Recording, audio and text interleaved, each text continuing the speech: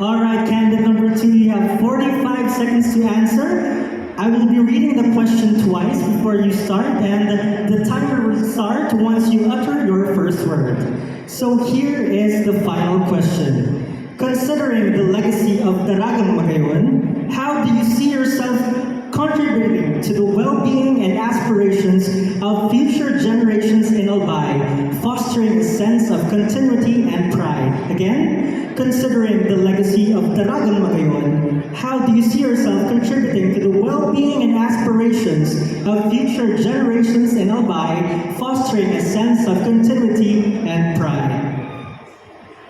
Good evening, everyone. I can see myself contributing to the legacy of Daraga Magayon through not only being a representative but also a spokesperson, especially to those people who are not neglected and to those issues that are overlooked by many. And I believe that standing here in this stage, I am a woman of purpose and of power, a woman who wants to educate people despite of the challenges and the struggles that they have faced. And I believe that as an Albayana, I am ready to take the universe. Thank you.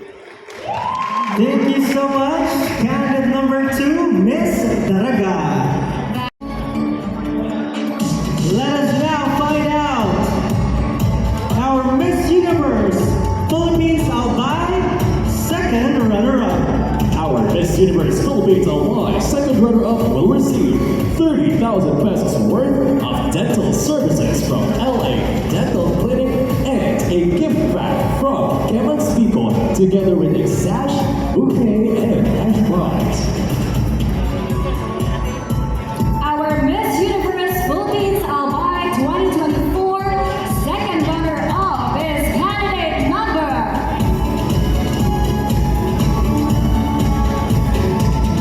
She is candidate number 7, Patrice from Oman.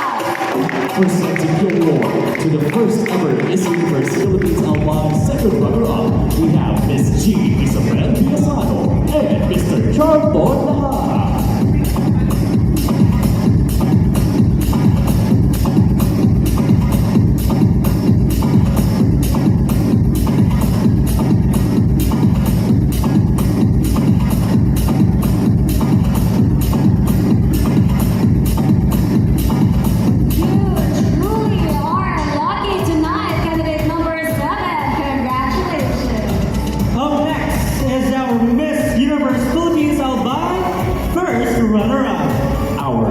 Universe Philippines-Albay first runner-up will also be receiving 30,000 pesos worth of dental services from LA Dental Clinic and a gift bag from Gamit together with a sash, bouquet, and cash prize.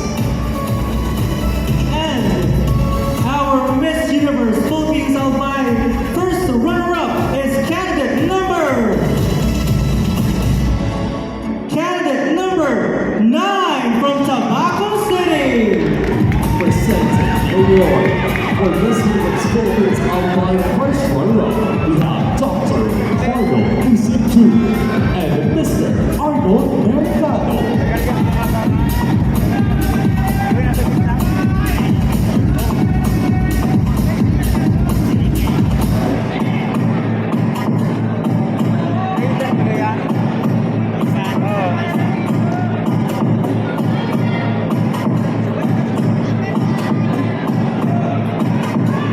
Congratulations once again to our first runner-up, candidate number 9, of Tabaco City. And now, for the much coveted crown, who do you think will be the first ever Miss Universe Philippines-Albay?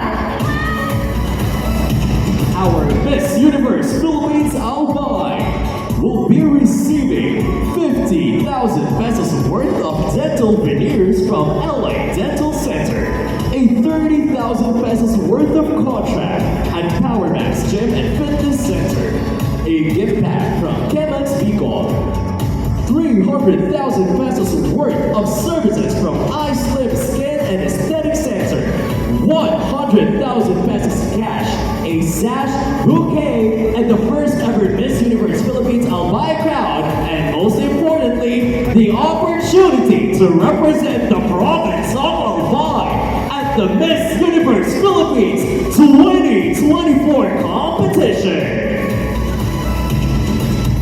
The first ever Miss Universe Philippines-Albay is candidate number.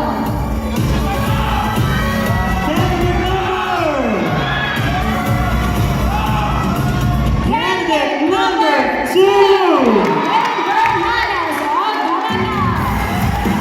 Presenting the award for Miss Universe Philippines-Albay. Also, the first ever Miss Universe Philippines-Albay, we have Mr. Gerard Martin, Miss Leah Andrea Ramos, together with Dr. Ricardo Isip Jr. of Eyes, Lip and Skin Aesthetic Center. May unay na kayakan sa dakila.